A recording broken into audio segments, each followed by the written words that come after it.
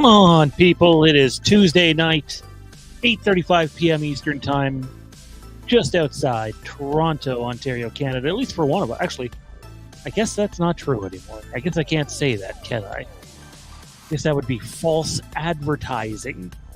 And if I go and do that, then that's going to upset Tommy B, because Tommy B is all about that Halloween franchise and Star Wars franchise, not false advertising, because they never do that.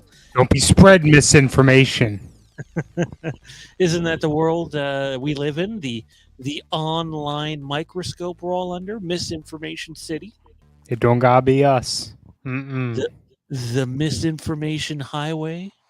The highway of the misinformed? I think they all work.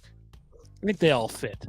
Not expecting great numbers for the live show here. One, we're 35 minutes late going, and two, this thing didn't actually go public for an advertisement until a couple hours ago. So if you're watching live, great.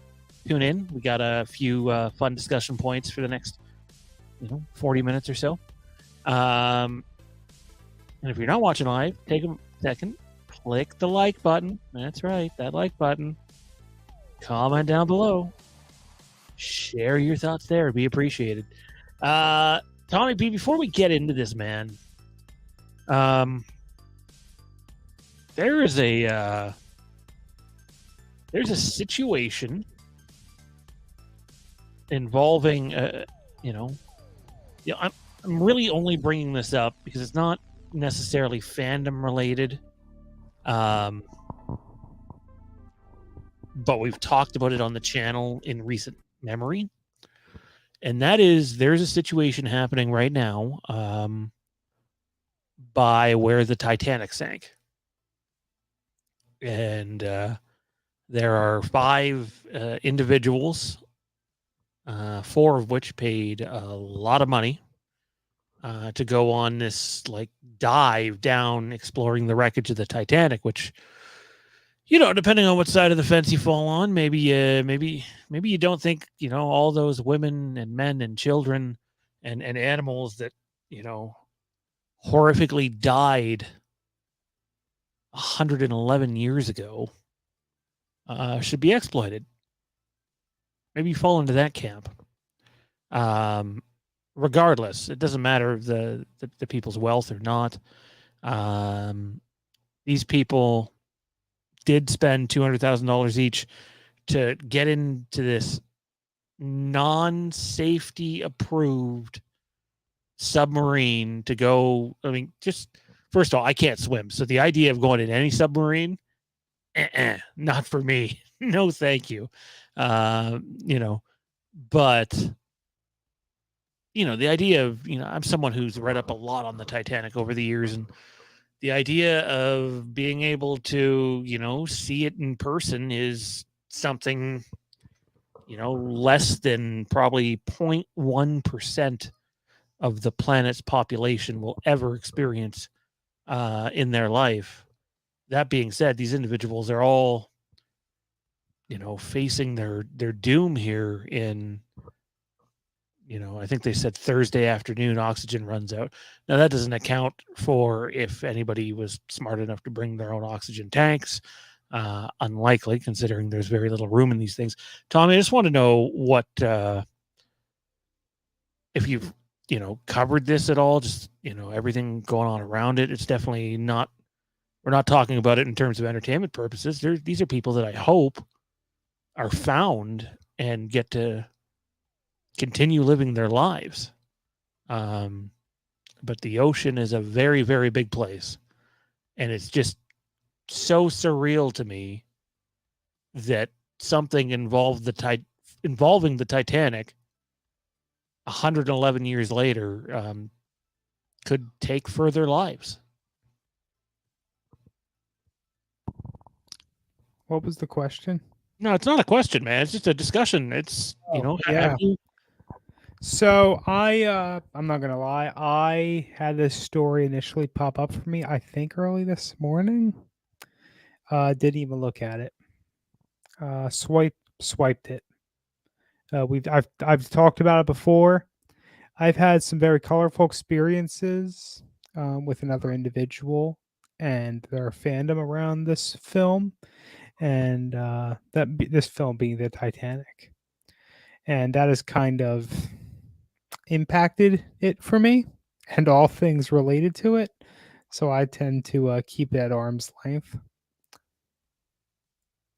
And then later, it was actually brought up. It was actually brought up to me twice today. And that's kind of when I really learned about what's going on. And all I can say is I wouldn't wish this on anybody. It sounds very scary, very tragic what's happening. Like you just said, Sean, I hope all the best for them. I know they've got folks looking.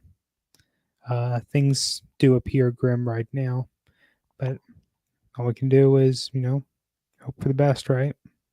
There's this online animated video that shows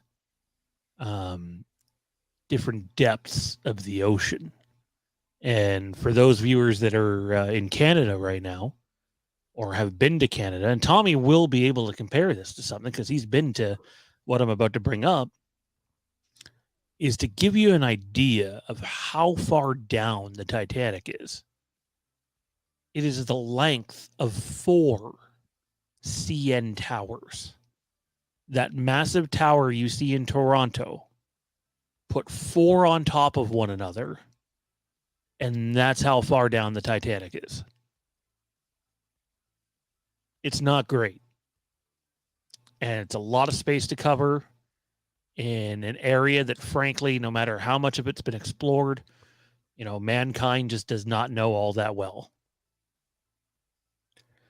It's a horrible situation that these people are dealing with. And,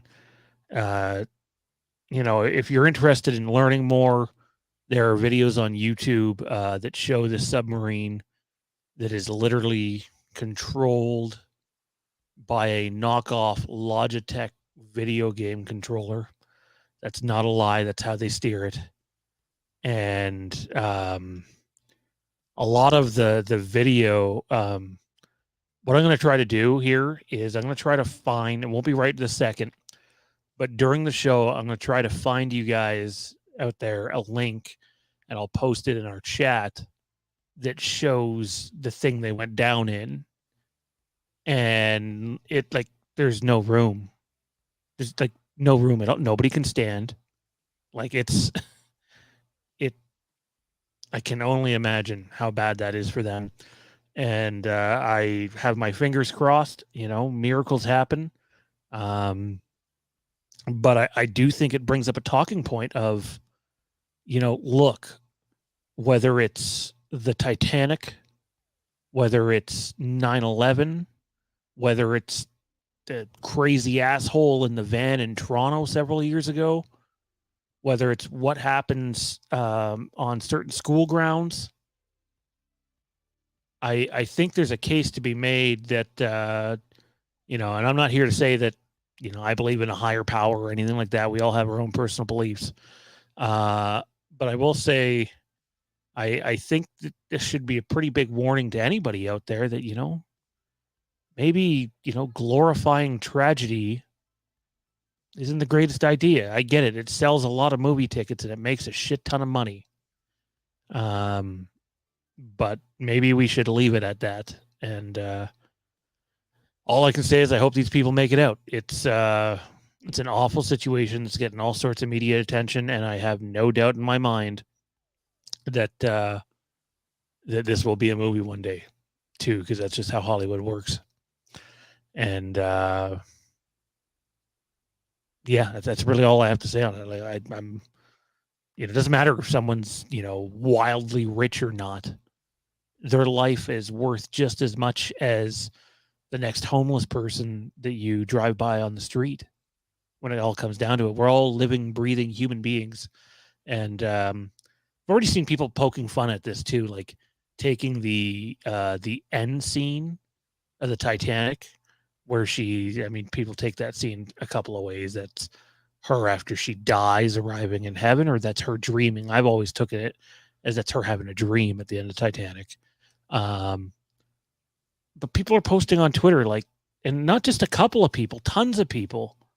And sorry, this is a bit of a tangent. I swear we're gonna get into the fandom stuff, but like, this is part of my problem with coming on here and interacting with people nowadays. Is there's a lot of people that, frankly, I just don't fucking like, and glorify the wrong things. And I think, people posting on Twitter, hey, this is the next thing they're going to see when they wake up, is about the biggest dog fucking shit move you can do. And one of you who did it is a content creator, a very notable one in this space. And I doubt you're watching this video, but you need to grow the fuck up, man, because those are living, breathing human beings that are in desperate need of help. And maybe we can be a little more careful with what we do. That's what I would say. Anyways, moving on. I saw The Flash this weekend, Tommy. You actually saw a new movie? I saw a movie that wasn't a re-release. I mean, I seen Cocaine Bear too. I was high as balls during that though, so which is like totally hard to believe, right? Me high as balls at a movie theater. Maybe that's why I didn't enjoy Halloween Ends. I didn't smoke beforehand. Yeah, I'm sure that's why. Maybe it's because I didn't see it with Tommy. Or Maddie. Maddie's in the chat, by the way. You wouldn't have enjoyed that movie with me. Yeah. By the way, That's what I'd be like. Anybody who's in the chat right now, I just have a question for you. If you've seen a blockbuster movie of any sort, how about this? If you have seen The Flash, the new, and just one of them, not all of them, one of them, The Flash, the new Transformers movie, or Antman Quantumania, just put a 1 in the chat.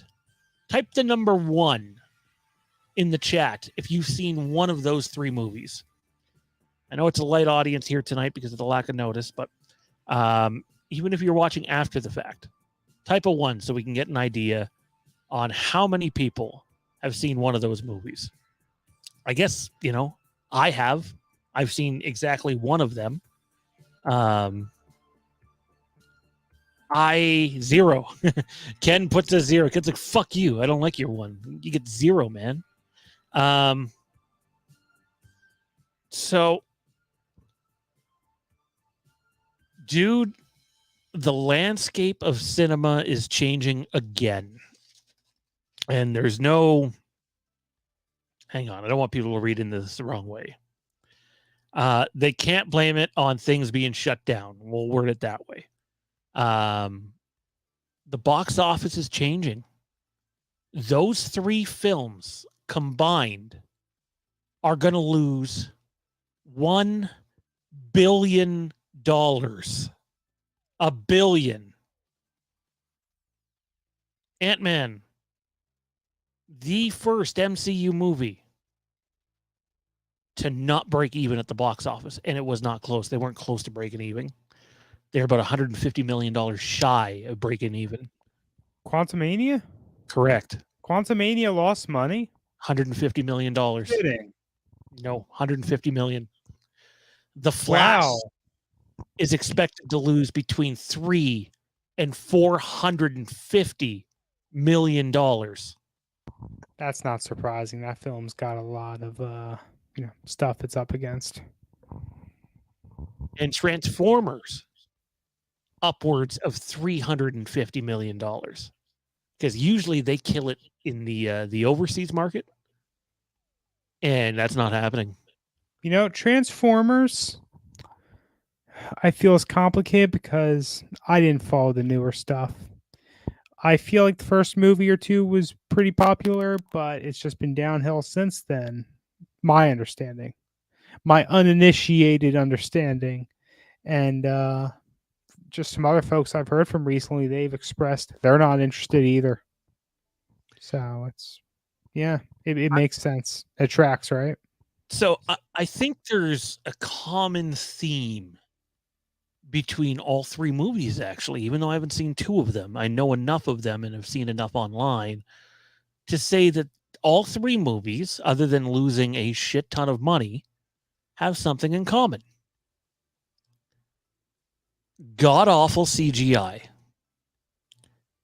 that has been rushed and not given enough time to develop in order to meet release dates. Even some of the clips I've seen of Quantumania, if you go and put those beside the other two Antman movies, it's not close, and it should not be that way. The further we get into this process, the better it should look, not the worse it should look. And I think, honestly, between that and the old oversaturation bug, that's one of the reasons these things are not working out, man. Like, The Flash, here's my non-spoiler review of The Flash, so we can, because it affects it.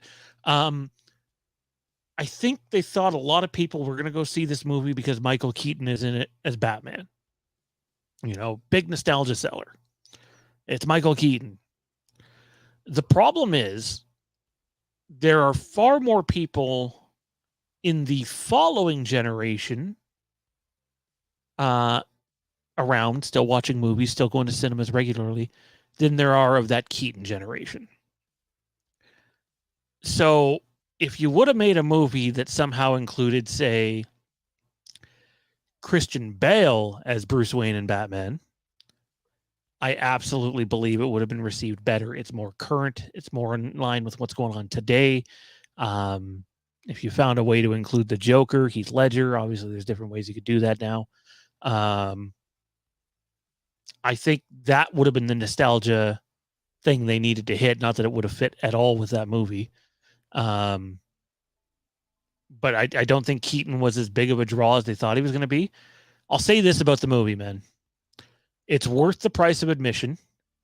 I don't think it deserves to lose money, even though I think at times the CGI looks worse than the CGI in the Flash TV show. That's not me. That's not hyperbole. That's not me over-exaggerating. That's how rushed some of these shots are in this movie.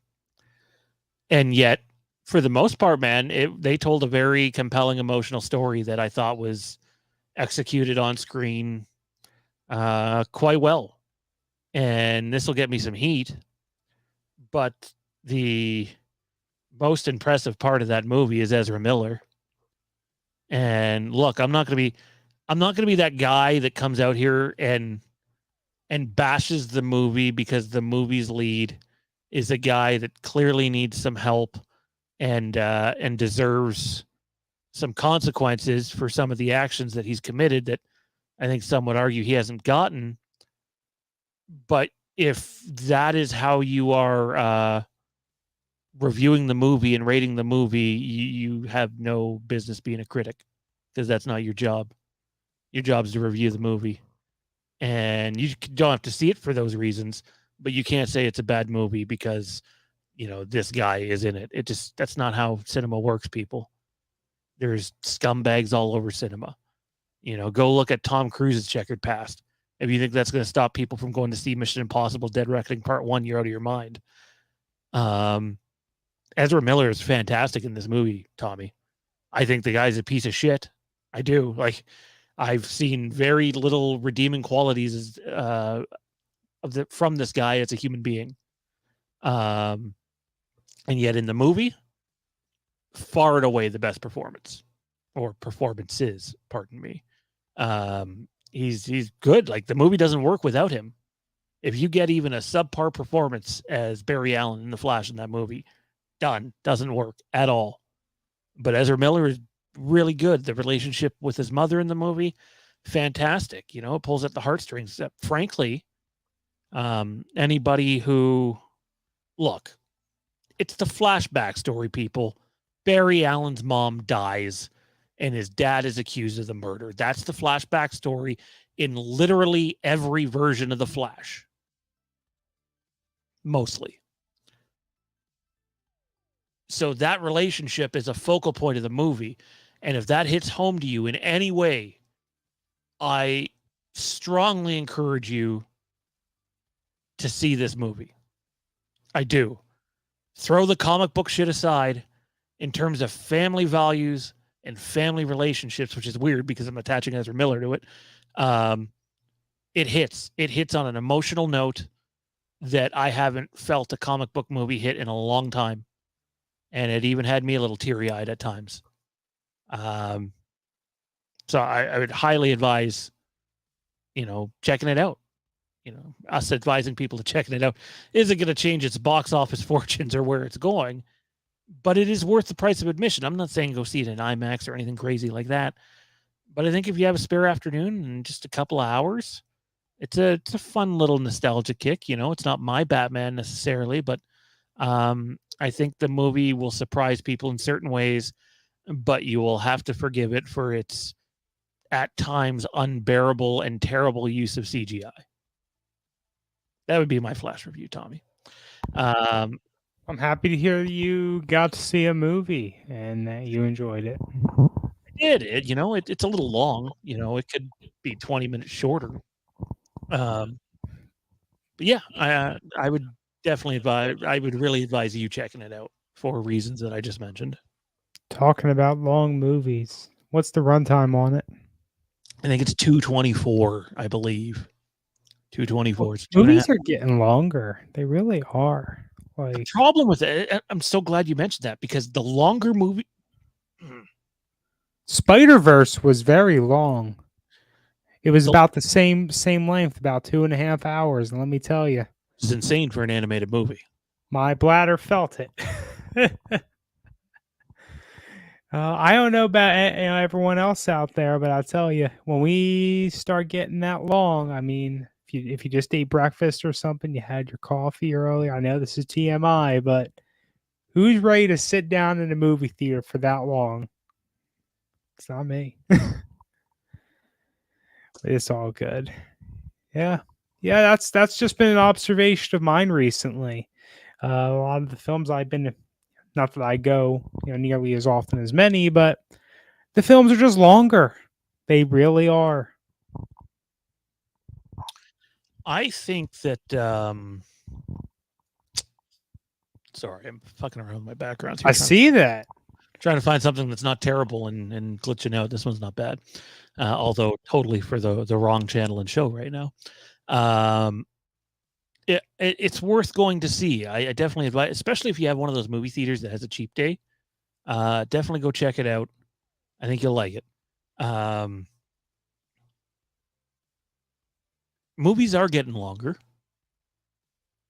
and when you do that, you actually hurt your potential of earning more, because the movie can be shown less times in a day. It's just simple mathematics. That's not to say long movies don't earn money. Avatar will slap you in the face with that one, but they're also an anomaly, The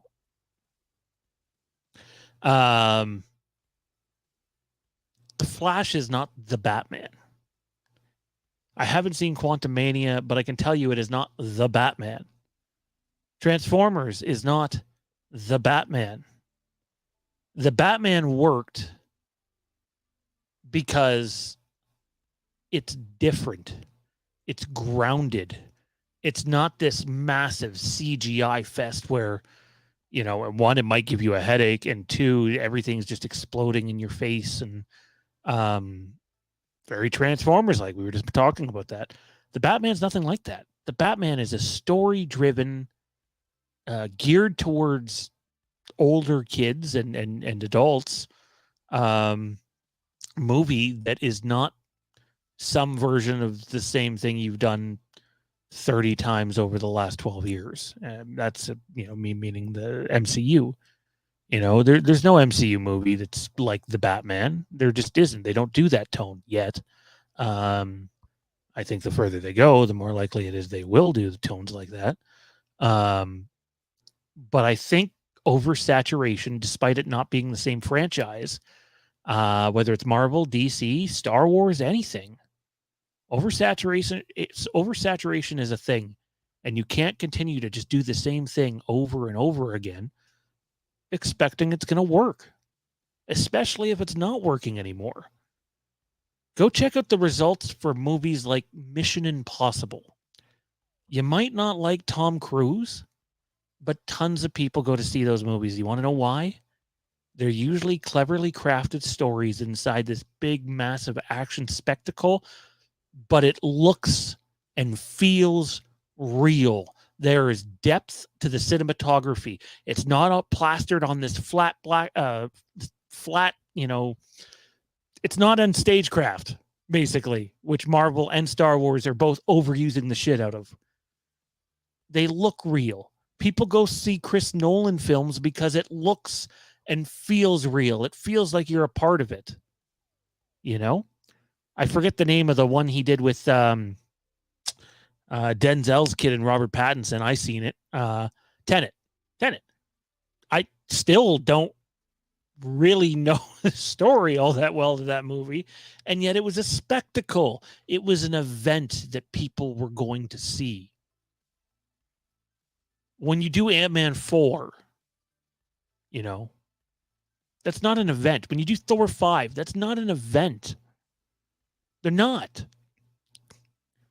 It's not different. Top Gun. I mean, it took them 30 years to get a sequel out. But why did people go see that movie? Because it looks fucking phenomenal. There's care taken with it. It's not, we're going to put the movie into production now and then, rush it out the next year. It might take 3 or 4 years to get to you. And it's reasons like that, Tommy. I don't want to get on a Star Wars tangent here, but it's why any new Star Wars film that gets announced, I take it with a massive grain of salt, not in terms of it ever coming out, but in terms of, hey, it's Disney doing it again. And when's the last time Disney pulled off an event film? Now, I would say both of the last 2 Avengers movies were that. But even the second one has its critics. Every movie has its critics. I just think you can't do the same thing and expect the same results all the time. That's why, especially if the days of studios just being like, oh, that's a blockbuster film, so you're getting $250 million just for the production budget, and then we're going to add another $200 million or more onto marketing for it. Those days are coming to an end quickly for a lot of franchises and a lot of films, as long as studios are going to lose hundreds of millions of dollars on consecutive releases. So you better find a way to take more time making the film, because budgets are going to get cut, man, and things are going to change. I'm just curious what your perspective is, because you're a big MCU guy. You've been diving into it. So for you might not have that point of view, but for me, it seems black and white. You do too many of the same movies, and people are going to start picking and choosing which ones they see and which ones they don't, because they all can't be must-see events. You know what I mean? So where does that fall for you? Dune was another one. Dune was another one that a lot of people might not like the movie, but for me, that was an event. You go see Denis Villeneuve's new Dune, in IMAX? Good fucking luck competing with that. So typically we go and catch the MCU films opening weekend. Need not be opening night, but opening weekend we like to. Last couple movies we've gotten into the habit of getting breakfast at a diner across the street from a theater, our preferred theater. And after that we go and catch the movie at a early Saturday or whatever morning showing. Now, of the more recent MCU films, the only one we have not seen in theaters is Black Panther 2. I think part of the reason we didn't end up seeing that in theaters, because it was a good film. It was. We enjoyed it. It's just that I was in the middle of school stuff, like in between changing classes and all that. She had some stuff going on. So that kind of just made going to the movies not the priority at the time. I am somebody who has enjoyed the more recent MCU projects. Ant-Man, you heard me earlier questioning Quantumania is losing money. That's a bit of a surprise to me. It is. I know not everybody liked every element of it, but who does for what film? Across the Spider-Verse. There's one for you. Everyone likes that one. It's a work of art. And it has Thor: Love and Thunder. Thor: Love and Thunder. There's another example of a movie we enjoyed, but not everyone did. Some people had some very distinct things about it that they did not like. Um, I get it, but so I can't really empathize as much as maybe others can with. I can empathize. I can't understand from my own perspective the wanting to pick and choose. Now, um, gosh, it's gone. Help me out here, Sean. well, hang on. Before you go any further, um, I just want to try to clarify your last point there. So you're saying you can't understand the people that want to pick and choose? Because I'm one of those people, so I'd be totally willing to get into this conversation. I'm saying that it's not my perspective, but I was getting ready to add Eternals. Didn't enjoy it. Didn't like it. It was too long for both of us. And it feels different than the rest of the MCU movie. And you know what? I'm not looking at the runtime right now, but I'm pretty sure it's probably about the same as Across the Spider-Verse and these other films it was probably like 2.5 hours, wasn't it? Are you Googling it right now? I am. I don't have the answer though. 2 hours and 37 minutes. Okay. So yeah, it's pretty comparable. Yeah, it was different. It just I don't think different is what we don't like. Because we are creatures of habit. I think it was the execution. The reason I'm bringing up the Eternals, I know a sequel has already been confirmed. I don't know where they are with that. I'm not interested. Like that's definitely one that would wait to Disney Plus unless it's critical for what they're doing in the MCU at that point rather. So when I was younger, when the MCU first started, like I seen Iron Man in theaters, I seen Captain America in theaters. When it was back then, it was like I felt like the need that hey, it's the new one, I gotta see it, right? Like I want to see it. But now it's like half the shit I'm just not even interested anymore. It's gone on for too long. Some people would disagree, but for me, it's like, okay, you're in what, year 12 or whatever it is now? And it's like, good God, it's hard enough following the old Star Wars trilogies for 7 years. And that was only 3 movies. There's just so many, like, I couldn't tell you what the next MCU movie that's going to come out where I go, yeah, I got to go see this movie. Secret Invasion drops tomorrow. The TV show I am somewhat interested in because they have an excellent cast, but I also feel like I'd just be really lost.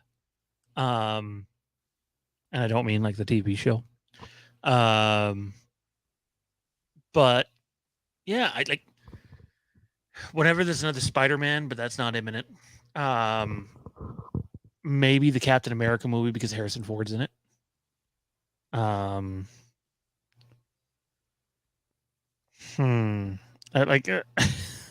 That's like if they did, we're doing Iron Man 4 and this is how Tony Stark's coming back, I'm there. But yeah, like Deadpool, I don't even know if the next Deadpool is classified as MCU or not. It is.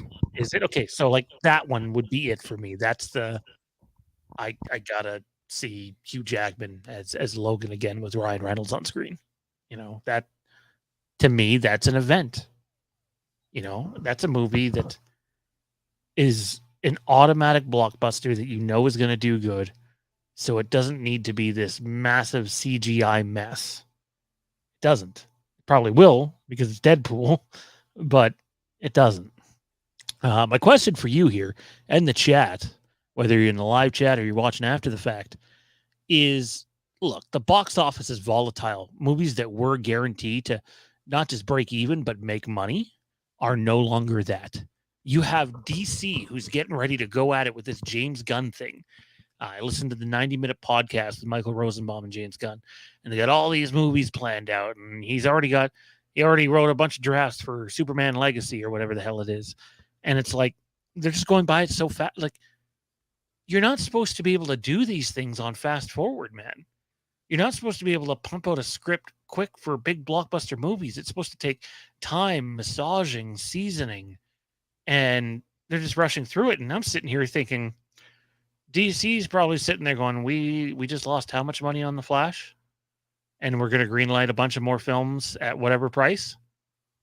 I don't think so. I'm predicting right here, right now, that there will be repercussions that James Gunn's movies feel over what has happened with the Flash and some of the more recent DC movies. And if you think it's going to get any better with the next Aquaman movie, it ain't at all. So I think, those movies are going to feel it. Where I think, as in a movie like Joker 2 or the Batman 2, which is a couple years away, those movies aren't really going to feel the effects of this because they're different and they don't have to tie into this or that. And they're not, made at a budget that's so unbelievably uncontrollable.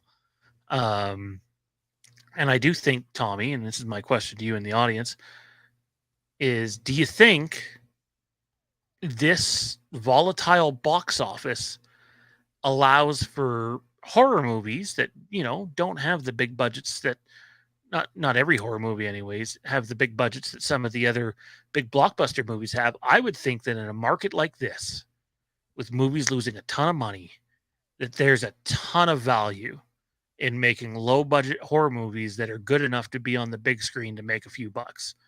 I think we're going to see a reemergence of low budget horror movies in cinemas again. I'm just curious if you share that same opinion, or do you think at the end of the day there still just needs to be a significant amount of money put into a movie in order for it to be impactful in 2023? This year we haven't been without successful films, so we really have to now highlight that. I don't know the numbers off the top of my head, but again, the Spider-Verse comes to mind. That movie was tearing up more than people were thinking it was going to. I know the Mario movie did good worldwide, I'm pretty sure, but I am surprised to see the route some of these films have gone. We all know when you're working with horror films, they're not going to make, Avengers money. That doesn't happen because they have a much more select audience who go to see them. They suffer from the, we'll say, stereotype of being crappy films, being written poorly, and often not having the budget. I would agree that, we may be in a spot where studios, filmmakers, and such are willing to try new things or different things, breathe some life into old projects and new projects to try to, address current state of the box office. And definitely one way they could do that is looking at horror films. We got our big franchise Halloween. Just good is a relative and objective term, but it just had a few good movies, a few that Tommy B, did you Yeah. just say Halloween? I did. All right, for those of you that are Patreon subscribers, Halloween, The Missing Years, is coming up on our Patreon, Fandom Unplugged. The Missing Years was a Halloween 3 of sorts project planned after Halloween Resurrection. And we dive into what that was all about, what was on the table, what was going to happen over on Patreon. We're supposed to record that tonight, but there's a chance we might just go live with it, and then not on the main channel. You'd have to be a Patreon member to get over there. But Fandom Unplugged is available for all tiers over on Patreon. And then part 2 of that will be available in Lambkin Lane because it affects some things that may still be in play. So you'll be able to catch part 2 of that over on our Lampkin Lane on Patreon. Back over to Tommy. That just seemed like the opportune moment to get That was not a great segue, Sean. It was an attempt. That was not a great segue. You know, we got Friday projects inbound. So hey, that's another name. We got the TV show for sure. Which is going to operate off of a generous budget, is my understanding. We've got all these big franchises over the past several years, getting new life breathed into them. So maybe they would choose to, address this current state of the box office with throwing a bone at them and say, "Hey, come out with a film." Yeah, well, I mean, until Justin brings it up in the chat, until the writer's strike ends, there's not much out there. And speaking, no, there ain't much going to be happening right this minute. But the longer it lasts, too, the more projects are going to get delayed more. Yep. So it's not going to hurt TV all that much because a lot of people were far enough along in their productions that they're still continuing to go. Andor continued without Tony Gilroy. House of the Dragon is still going on as we speak, which is rather impressive when you think about the scale of their production. And there's other big hit TV shows that are still filming despite the writer's strike going on. So at the end of the day, until that ends, though, everything's going to get backed up some more. We've already seen a Star Wars movie pushed out of the Christmas 2025 slot and into the early summer of 2026, which God knows it'll probably get pushed 5 more times, if not canceled altogether. But more of that on our Star Wars channel at another time. So let me ask you this.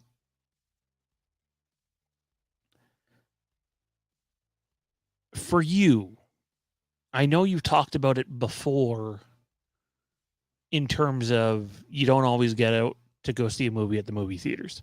Sometimes you wait for it to be on a streaming service, depending on what it is. I do still think that we're at a point in time with the box office where I do think people go, hey, I don't have to wait 3 months or 6 months to see this movie online in great quality anymore. Most cases, it's within a month or two, sometimes less, sometimes day and day.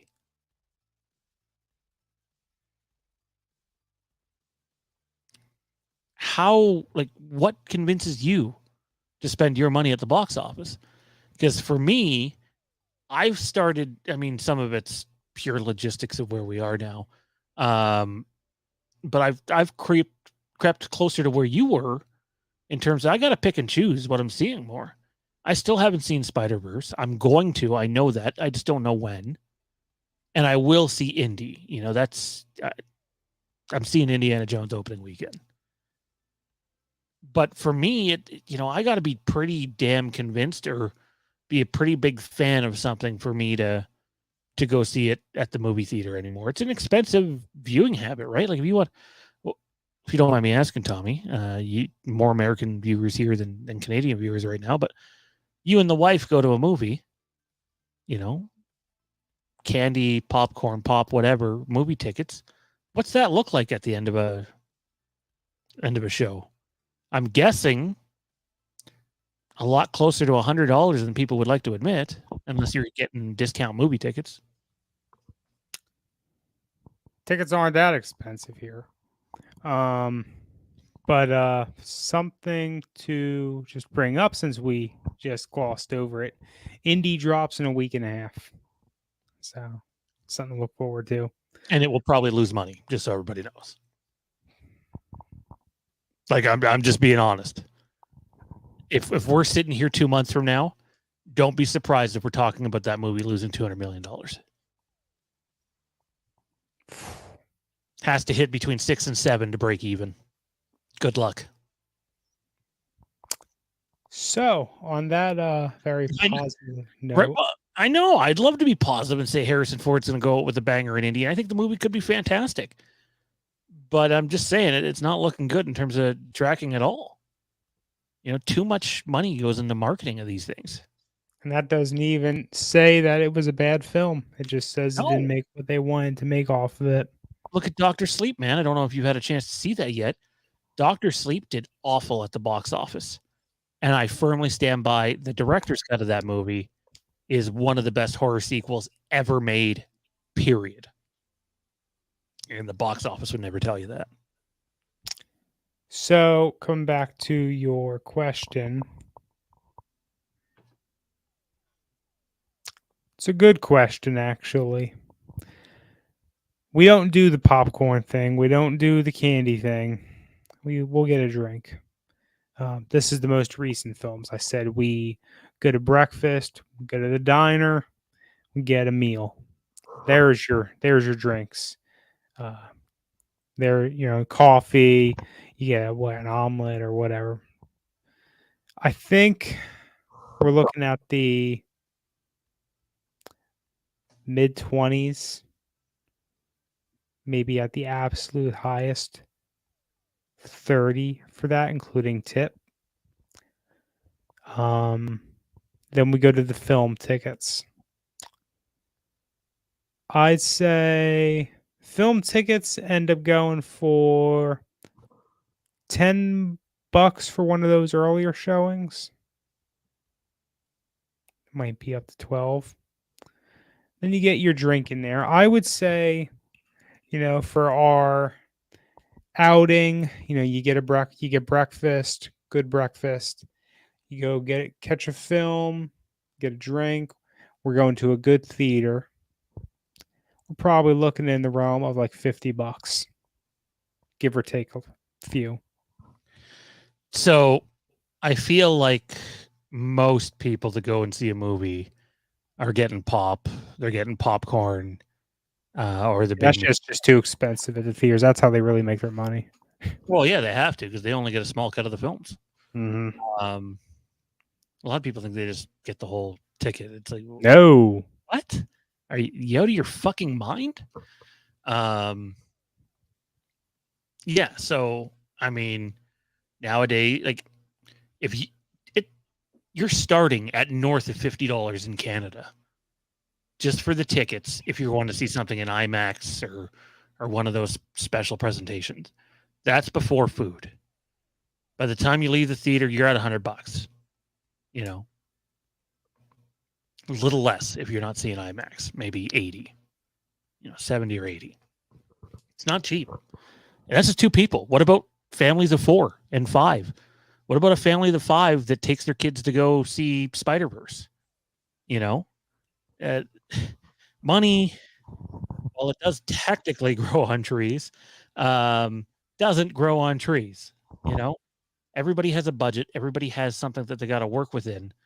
And it's hard, Family of 5 going to see Spider-Verse if everybody's eating and drinking, like, it's $200. Canadian anyway. Like, it really is. It's an expensive day. Everyone isn't allowed to like the same thing. Not everyone gets to go. There you go. You dishes now. You lawn. Your mother and I are going to a movie. Yep. Oh man. Quickly before we get out of here, on the Halloween front, there is a making of the David Gordon Green Halloween trilogy coming out. We're going to have a video on that. I need to sit down and speak with someone who's involved with making it. And I do have that appointment arranged, pardon me. But it's to my understanding, man, and I don't think I'll get a super straightforward answer from this person on this, but I'm going to try anyway. It's my understanding that they discuss in this book some of the behind the scenes drama when it came to putting the last 2 films together and creative differences and certain things that had to be done or accommodated. So I'm curious just how far it's going to go into that stuff.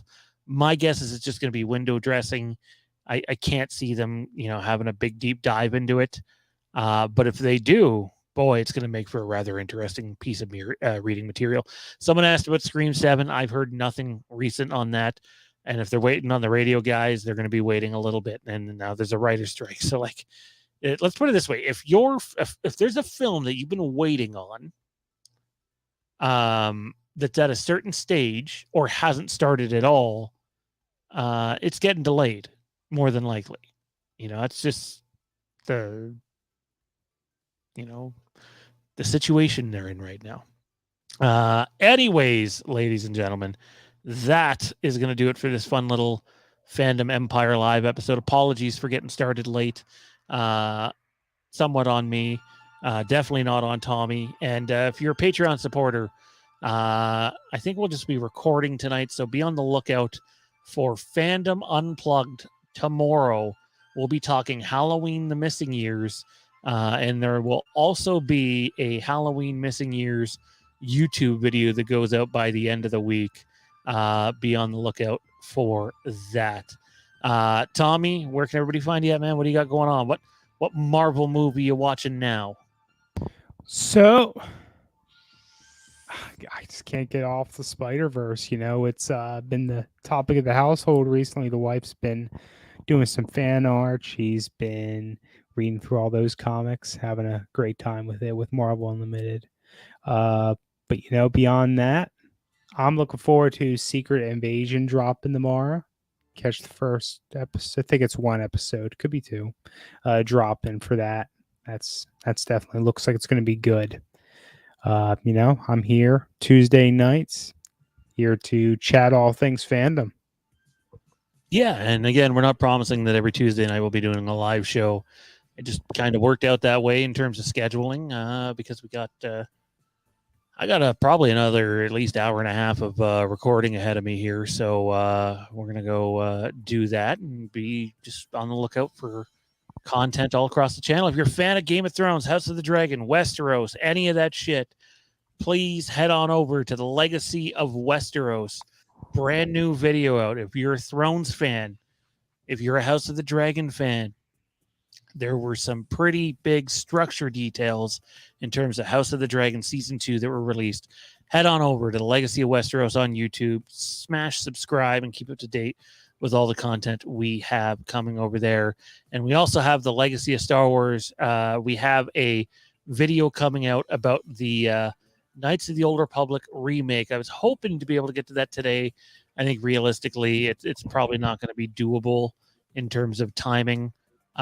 Which happens, but sometime within the next week, we'll be talking about that. And yes, that game is in fact, despite what you heard, not canceled.